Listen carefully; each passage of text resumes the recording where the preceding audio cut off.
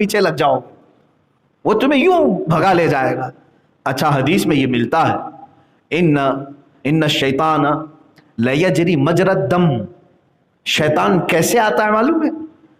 تمہارے جسم میں اتنی تیز دوڑتا ہے جیسے خون دوڑتا ہے، خون کی بھی رفتار اتنی نہیں ہوگی جتنا شیطان تمہارے جسم میں ہلچل کرتا ہے۔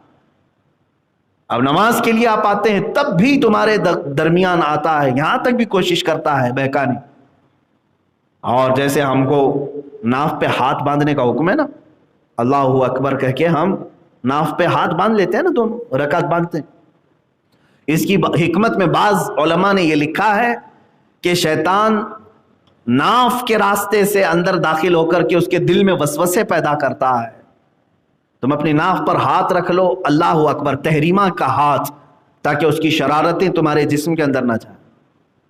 یہ ایک تعویل ہے، علماء اکرام نے اس کی بیان فرمائی، واللہ ورنہ ہاتھ ہم کیوں باندھتے ہیں کیوں نہیں، اس کی حکمت جاننا ہمارے لیے ضروری نہیں، میرے نبی نے کیا بس یہ کافی ہے۔ بعض علماء نے حکمتیں بیان کی۔ دوسری بات، صفوں کو پر کرنے کا حکم دیا گیا۔ سوشل ڈسٹینس والے آج اس کو سن سکتے ہیں۔ اللہ کے نبی صلی اللہ تعالیٰ علیہ وسلم جب امامت کے لیے کھڑے ہوتے تو آپ پیچھے مڑ کر کے صفوں کو دیکھتے اور ارشاد فرماتے، استووا صفوفکم، سووا صفوفکم۔ بہت سارے اماموں نے یہ کہنا بھی چھوڑ دیا، یہ سنت ہے، رسول پاک صلی اللہ تعالیٰ علیہ وسلم کی سنت ہے۔ شروع میں بعض لوگوں نے مجھ سے یہ سوال کیا تھا کہ آپ نماز پڑھانے سے پہلے کیا بولتے ہیں، اور ہم نے کبھی یہ اس طرح سے نہیں دیکھا، آپ کیوں الگ سے کوئی نئی نماز پڑھا رہے ہیں؟ نہیں میرے عزیز، کچھ بھولی ہوئی سنتوں کو زندہ کرنا چاہ رہے ہیں۔ رسول کریم صلی اللہ تعالیٰ علیہ وسلم کی عظیم سنت مبارکہ تھی، صفوں کو درست کرتے، جب تک صفیں درست نہیں ہوتی نماز قائم نہیں کرتے۔ الگ الگ الفاظ ہیں حدیث پاک میں، تراسو، حضور فرماتے کندھے سے کندھا ملا لو، وسد الخلل، فرماتے کہ خلل بیچ میں جو گیپ ہے اس کو پورا کر دو، تھوڑا سا بھی گیپ مت رکھو۔ نبی فرما رہے ہیں سد الخلل، عربی کا لفظ ہے، آپ دیکھ لیں کہیں پر بھی ڈکشنری میں، جس کا مطلب ہوتا ہے چھوٹے سے بھی گیپ کو پورا کرو، اور تم اس نبی کے فرمان کو پلٹ کر کہہ رہے ہو سوشل ڈسٹینس، دور ہو جاؤ، ٹچ نہ کرو ایک دوسرے کو۔ تو شریعت کس کی ہے؟ اللہ کے رسول صلی اللہ تعالیٰ علیہ وسلم۔ میرے آقا صلی اللہ تعالیٰ علیہ وسلم کیا وہ حکیم نہیں تھے؟ حضور اکرم صلی اللہ تعالیٰ علیہ وسلم کو یہ بات نہیں معلوم تھی کہ کسی دوسرے کے کندھے کو ٹچ کرنے سے بیماری آ سکتی ہے معاذ اللہ؟ کیا تم ان سے بھی بڑے حکیم ہو رسول پاک صلی اللہ علیہ وسلم سے؟ میرے عزیز، جس کو کرنا ہے وہ کرے، جس کو کرنا ہے وہ کرے، لیکن جہاں تک میری بات ہے، مجھ سے اگر پوچھو گے، میں اس چیز کا قائل نہیں ہوں۔ میں اگر جماعت میں کھڑا رہوں، مجھ سے اگر کوئی ٹچ نہیں ہونا چاہتا ہے وہ جائے دور، لیکن میں اس کی دعوت ہرگز نہیں دوں گا، اس لیے کہ میرے نبی نے خلل پورا کرنے کا حکم دیا ہے۔ اب سنو، کیوں خلل پورا کرو؟ یہ گیپ کیوں بھرو؟ یہ گیپ کو کیوں کمپلیٹ کرو؟ کیوں کہا گیا ہے کہ صفوں کے درمیان کوئی جگہ خالی نہیں ہونی چاہیے؟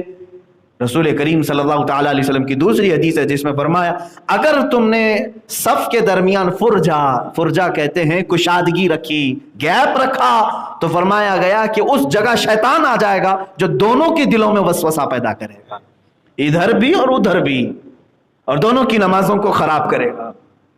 میرے عزیزو، یہ اسلام ہی ہے جو تمہیں کندھے سے کندھا لگانے کا بھی حکم دیتا ہے اور دل سے دل ملانے کا بھی حکم دیتا ہے۔ آپ ہرگز یہ نہ سمجھیں کہ میرے بغل میں کھڑے ہونے والا کوئی غریب ہے، مجھ سے ٹچ کیسے ہو رہا ہے؟ نہیں، ہم نے اسلام کو دیکھا ہے کہ جہاں صدیق اکبر کھڑے ہوتے ہیں ان کے بغل میں بلال حبشی بھی کھڑے ہو جاتے ہیں۔ غلام اور امیر المومنین ایک ساتھ صف میں کھڑے ہو گئے ہیں، اسی لیے مشہور شاعر نے یہ کہا تھا، آ گیا عین لڑائی میں گر وقت نماز، قبلہ روحوں کے زمین بوس ہوئی قوم حجاز، ایک ہی صف میں کھڑے ہو گئے محمود و ایاز، نہ کوئی بندہ رہا نہ کوئی بندہ نواز۔ آج وہ تاریخ الٹ دی گئی ہے، یہاں بندہ الگ ہو گیا ہے، بندہ نواز الگ۔ بندہ نواز تو کوئی ہوگا بھی نہیں آج، لیکن بس یہ ہے کہ بعض لوگوں کو ایسا لگتا ہے کہ یہاں سے کورونا آ جائے گا، اپنے آپ کو سیکیور کرنے کے لیے کیا کیا حربے وہ اپنا رہے ہیں۔ اچھا، میرے پاس کچھ لوگوں کی ڈیٹیلز ہیں، میں مذاق نہیں کرنا چاہتا، لیکن افسوس ہے مجھے جو لوگ بہت زیادہ خوفزدہ تھے اس میں، اور سینیٹائزر سے انہوں نے صرف ہاتھ نہیں، میرے خیال سے پورا جسم بھی دھو لیا ہوگا تقریباً، میں مبالغہ نہیں کرنا چاہتا، لیکن زیادہ سے زیادہ وہ کھانے کے برتنوں کو تک بار بار ہر چیز سے پوچھ کر مسجدوں میں نہیں آئے اور سوشل ڈسٹینس کا بہت خیال رکھا، لیکن میں نے ان کے جنازے بھی پڑھے، آج وہ موجود نہیں، اسی بیماری نے انہیں جکڑ لیا، اسی بیماری میں مر گئے۔ یہ تمام احتیاط بھی ان کو بچا نہیں بچا سکے۔ جب یہ معلوم ہی ہے کہ موت و حیات اللہ کے دست قدرت میں ہے، تو مومن کو چاہیے کہ احتیاط کرے، احتیاطی تدبیر رکھے، لیکن اتنا بھی زیادہ نہیں کہ تمہیں چھوت چھات والے معاملات آ جائیں، چھوت چھات کے یہ سب معاملات آ جائیں۔ باپ اپنے بیٹے کو چھونے سے ڈرے، ماں اپنے بیٹے کو اٹھانے سے ڈرے کہ باہر جا کر کے آیا ہے فلاں نہ ہو جائے۔ یہ تمام چیزیں آج کی ڈالی ہوئی ہیں، حالانکہ میرے عزیزو یہ ٹاپک میرا چینج نہ ہو جائے، بہرحال میں یہ کہنا چاہ رہا تھا کہ شیطان تمہیں ہر جگہ حملہ کرنے کی کوشش کرے گا، اگر اللہ کا فضل اور اس کی رحمت تمہارے ساتھ نہ ہو تو تم اس کے پیچھے لگ جاؤ، یہاں تک کہ بستر پر تمہارے شیطان آتا ہے، کھانے کے برتن میں شیطان آتا ہے، استنجا خانے میں شیطان رہتا ہے، تمہارے ہر جگہ پر شیطان آ رہا ہے۔ اگر اللہ تمہاری حفاظت نہ کرے، فضل اس کا نہ ہو، تو پھر تم شیطان کے پیچھے لگ جاؤ۔ کھانے میں شامل ہوتا ہے، بستر میں شامل ہوتا ہے، اسی لیے فرمائے گا نا جب بھی تم بستر بچھاؤ سونے کے لیے اس کو 3 مرتبہ جھاڑو، اعوذ باللہ من الشیطان الرجیم اور بسم اللہ الرحمن الرحیم پڑھ کر کے بستر پر لیٹو، ورنہ پوری رات شیطان تمہارے ساتھ رہے گا، کھیلے گا، برے برے خیالات لائے گا، نفس امارہ جو شرارتیں کرتا ہے، شیطان بستر پر ہوتا ہے، سینے پر سوار ہوتا ہے، گندے وسوسے ڈالتا ہے۔ اور اسی لیے دیکھیں آپ بیت الخلاء میں ٹوائلٹ میں جانے کے وقت بھی آپ کو کیا سکھایا گیا؟ اللہم انی اعوذ بک من الخبث والخبائث، یہ شیطانی ہے خبث اور خبائث۔ اے اللہ میں تیری پناہ مانگتا ہوں خبیث شیطانوں سے، مرد ہوں یا عورتیں، دونوں قسم کی وہاں پر ہوتی ہیں۔ عورت جا رہی ہے تو اسے مرد شیطان بہکاتا ہے، مرد اندر جا رہا ہے تو اسے خبیثائیں، عورت جو شیطان ہے اس کی شرمگاہ سے کھیلتے ہیں۔ ایک صحابی رسول کا تو اس بات میں انتقال ہو گیا ہے، انتقال ہو گیا، تبھی تو میرے آقا صلی اللہ علیہ وسلم نے تعلیم دی کہ جو بھی جائے بیت الخلاء میں ٹوائلٹ میں پڑھ کر کے جائے، شیطان کہاں نہیں چھوڑے گا تمہیں، ہر جگہ۔ اسی لیے حکم یہ بھی ہے کہ جب تم کھانا کا لقمہ اٹھاؤ تو بسم اللہ پڑھ لو، ورنہ تمہارے لقمے کے ساتھ شیطان اندر ہوگا، وہ تمہارے کھانے کا جو نور ہے، جو رزق کی برکت ہے، وہ چھین لے گا۔ اور اگر بھول بھی گئے شروع میں بسم اللہ، تب بھی میرے آقا نے فرمایا جس وقت یاد آئے، آخری لقمہ بھی تمہارا اگر بچہ ہو تو بسم اللہ پڑھ لو، بسم اللہ فی اولی و آخری پڑھ لینا، یہ بسم اللہ بتائے گا، بسم اللہ فی اولی و آخری۔ تو حضور صلی اللہ علیہ وسلم نے فرمایا جو شروع سے وہ شامل تھا وہ سب الٹ دے گا، وہ سب الٹ دے گا، اس کو نفع کچھ نہیں ہوگا تمہارے کھانے سے۔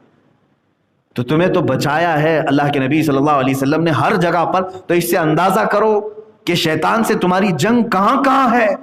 اگر اللہ کا فضل تمہارے ساتھ نہ ہو تو پھر شیطان کے پیچھے لگ جاتے۔ اب بھی ہمارے بہت سارے لوگوں کے ساتھ یہ معاملات ہو گئے ہیں کہ شیطان ان پر غالب آ جاتا ہے، اسی وجہ سے وہ دربار الہی کو چھوڑ کر اس کی پیروکاری میں لگ جاتے ہیں۔ ابلیس لعین انہیں اذان سے دور لے کر کے چلا گیا۔ بعض لوگوں کو ہم نے دیکھا ہے کہ رات بھر جاگتے رہے، اذان کی آواز قریب آئی کہ سونے کے لیے چلے گئے، کیونکہ یہ شیطان بھاگتا ہے اذان کی آواز سن کر، وہ اپنے ساتھ لے گیا۔ ایسا جو اذان کو منہ پھیر کر کے جو بھاگ رہے ہیں، جا رہے ہیں، تو وہ یہ بات بھی یاد رکھ لیں کہ وہ اللہ کے فضل سے محروم ہو گئے۔ اللہ کا اگر فضل ان کے ساتھ ہوتا تو اس کے ساتھ نہ جاتے بلکہ اللہ کے گھر آتے۔ اس کا دوسرا ایک رخ یہ بھی یاد رکھ لیں، اللہ کا فضل ان کے ساتھ نہیں ہے اور اللہ کی رحمت سے وہ محروم ہیں، اس کی وجہ سے دور ہو گئے۔ اور یہ بھی دیکھنے کو ملا بہت دور سے کچھ لوگ آ گئے اور قریب میں رہنے والے اندر نہیں آ سکے، قریب میں رہنے والے نہیں آ سکے۔ مسجد کی دیوار سے ٹیک لگا کر کے بیٹھا ہوا آدمی اندر داخل نہیں ہو سکا، اس لیے کہ اللہ کی رحمت سے وہ محروم، اللہ نے اسے اپنی رحمت سے دور رکھا ہے۔ یہ قرآن کی آیت میں پڑھ رہا ہوں۔ اور کچھ بہت دور سے چل کر کے آیا، اس لیے کہ اللہ کا فضل اس کے ساتھ تھا جو اسے یہاں تک پہنچایا۔ عزیزان گرامی، اسی لیے مسجد میں آنے کے وقت، مسجد میں جانے کے وقت بھی یہی سوال کرنے کا حکم دیا گیا نا. جب مسجد سے باہر جاتے ہیں تو آپ اللہ سے کیا سوال کرتے ہیں؟ اللہم انی اسألک من فضلک و رحمتک، اے اللہ میں تجھ سے سوال کرتا ہوں تیرے فضل کا اور تیری رحمت کا. کیونکہ اب باہر جانے کے بعد پھر ڈینجرس سچویشن شروع ہوتی ہے کہ شیطان ہر قدم پر میرے ساتھ آئے گا. یہی دو چیزوں کا ذکر اس آیت میں بھی آیا ہے، اللہ کا فضل اور اس کی رحمت. اگر تمہارے ساتھ نہ ہو تو تم شیطان کے پیچھے پیچھے چلو گے. اور ہم کو مسجد سے نکلنے کے وقت دعا بھی کیا سکھائی گئی؟ یہی مانگو کہ اللہ میں تیرا فضل اور تیری رحمت کا سوال کرتا ہوں، باہر بھی جاؤں تو اپنا فضل میرے ساتھ رکھ. اور جس کی یہ دعا قبول ہو گئی انشاءاللہ العزیز وہ موت تک شیطان کے حربوں سے محفوظ رہے گا. میرے عزیزو، بچوں کو تک شیطان مارتا ہے، یہ بھی حدیث پاک. مغرب کا وقت ہو جائے تو بچوں کو اندر لے لو، حدیث رسول ہے. اس لیے کہ شیطان اپنی پوری فوج کو لے کر کے نکلتا ہے اور جو بچے قریب آتے جاتے ہیں ان کو اسے تھپڑ لگاتے ہوئے چلا جاتا ہے، یعنی ہاتھ مارتے ہوئے جاتا ہے. اور جس بچے کو وہ ہاتھ مارتا ہے، چاہے وہ سر پہ مارے، جسم پر مارے، اس کو دو اثرات شروع ہوتے ہیں. ایک یا تو ضدی پن یا پھر شرارت شروع کر دیتا ہے. شرارت وہ بھی آؤٹ آف لیول. بعض بچوں کی شرارت ہو جاتی ہے لیول سے بڑھ کر، چھوٹی موٹی شرارتیں تو سب کی ہوتی ہیں. ضدی پن آتا ہے، شرارتیں زیادہ ہو جاتی ہیں. یا پھر تھوڑا سا بچہ سمجھدار ہے تو اس کے ذہن میں خرافات آ جاتی ہیں جو بڑے لوگ نہیں کرتے وہ بچہ کرنے لگ جاتا ہے، غلیظ حرکتیں کرنے لگ جاتا ہے. یہ شیطان کا مس ہے، یعنی اس کا تماچا ہے یا اس کا جھاپڑ سمجھ لو، تھپڑ سمجھ لو جو لگ جاتا ہے. اسی لیے حکم دیا گیا مغرب سے پہلے بچوں کو اپنے گھروں میں لے لو. ہمارے محلوں میں تو مغرب کے بعد بچوں کو باہر نکالتے ہیں. انگلینڈ میں آج بھی، انگلینڈ برطانیہ میں آج بھی پولیس ڈپارٹمنٹ کی طرف سے کہا گیا ہے کہ جو نابالغ بچے ہیں وہ مغرب کے بعد باہر نہ دکھائی دیں. جرائم پر کنٹرول کرنے کے لیے رات سے پہلے بچوں کو اندر لینے کا آرڈر دیا گیا. چند سال پہلے کی ایک خبر میں نے پڑھی تھی. میرے عزیزو، بچوں کو یہاں پر بہکاتا ہے، جوانوں کو الگ، بوڑھوں کو بھی الگ، یہاں تک کہ موت کے منہ میں جا رہے ہوتے اس وقت تک بھی بہکاتا ہے.